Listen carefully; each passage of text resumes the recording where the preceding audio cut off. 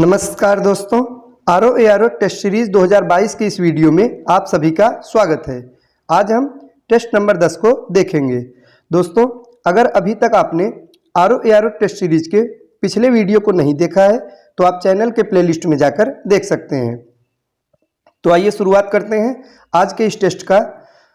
पहला प्रश्न है कि निम्न में से किसके संस्थापक मास्टर सूर्यसेन थे? तो ऑप्शंस है Dhaka Anushilan Samiti, Hindustan republican association, Indian republican army या अभिनव भारत समाज। सही जवाब हो जाएगा Indian republican army, option number C. दोस्तों, मास्टर सूर्यसेन ने वर्ष 1930 में इंडियन रिपब्लिकन आर्मी का गठन किया था और इस संस्था द्वारा सबसे प्रमुख जो कार्य किया गया था वो प्रसिद्ध चटगांव शस्त्रागार डकैती को अंजाम दिया गया था और इसी के परिणाम स्वरूप सूर्यसेन और उनके साथियों को फांसी की सजा दी गई थी। तो सही जवाब क्या हो जाएगा इस प्रश्न का? ऑप्शन नंबर सी, यानी कि इंडियन रिपब्लिकन आर्मी के संस्थापक थे मास्टर सूर्यसेन। अगला प्रश्न है सूची 1 को सूची 2 से सुमेलित कीजिए। तो आइए देखते हैं। तो ऑप्शन नंबर ए है इटाबिरा। तो दोस्तों, इटाबिरा यह ब्राजील में स्थित लौह अयस्क की खान है। तो इसका सही जवाब ऑप्शन नंबर 1 हो जाएगा, लौह अयस्क। तो यह कहाँ स्थित है? ब्राजील में स्थित लौह अयस्क की प्रमुख खान है। दूसरा है अमापा।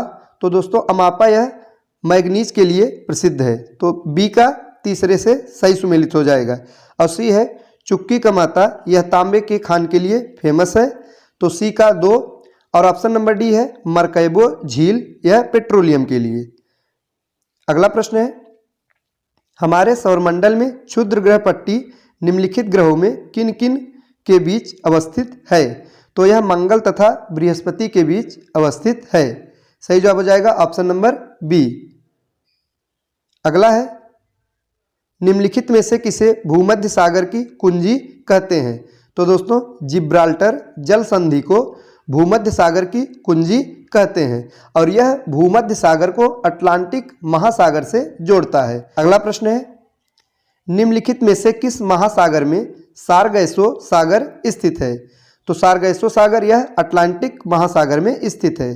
तो इसका सही जवाब हो जाएगा ऑप्शन नंबर सी, अटलांटिक महासागर। और दोस्तों, सारगैसो सागर की क्या विशेषता है? तो यह एकमात्र ऐसा सागर है जिसकी कोई भी तटरेखा नहीं है।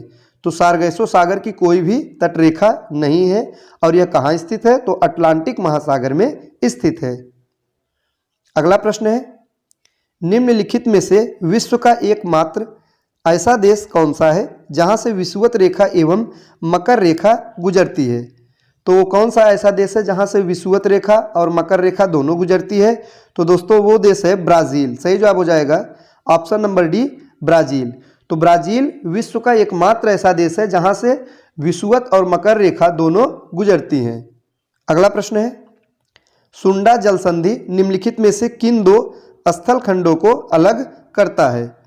सही जवाब हो जाएगा ऑप्शन नंबर सी, जावा एवं सुमात्रा को। दोस्तों, सुंडा जल संधि यह जावा एवं सुमात्रा को अलग करता है।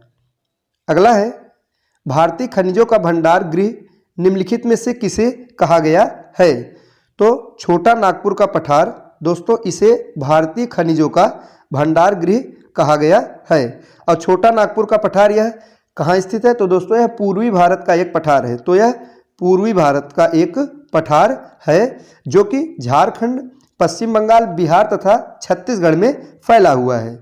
अगला प्रश्न है टिहरी बांध निम्नलिखित में से किन 2 नदियों के संगम पर स्थित है? महत्वपूर्ण प्रश्न है दोस्तों, कई बार पूछा गया है।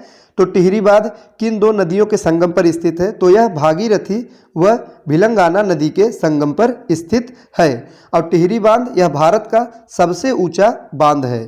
तो दोस्तों, यह भारत का सबसे ऊंचा बांध है टिहरी बांध और यह उत्तराखंड राज्य के टिहरी जिले में स्थित है।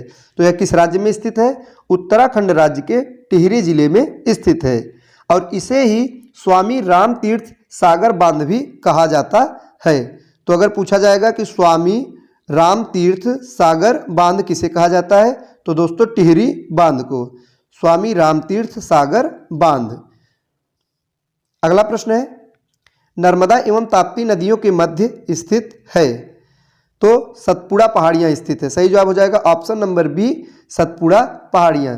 दोस्तों सतपुड़ा पहाड़ियाँ यह नर्मदा एवं ताप्ती नदियों के मध्य स्थित है। तो दोस्तों ये थे आज के महत्वपूर्ण प्रश्न। आज के लिए बस इतना ही। मिलते हैं अगले वीडियो में कुछ नए प्रश्नों के साथ। तब तक के लिए नमस्कार।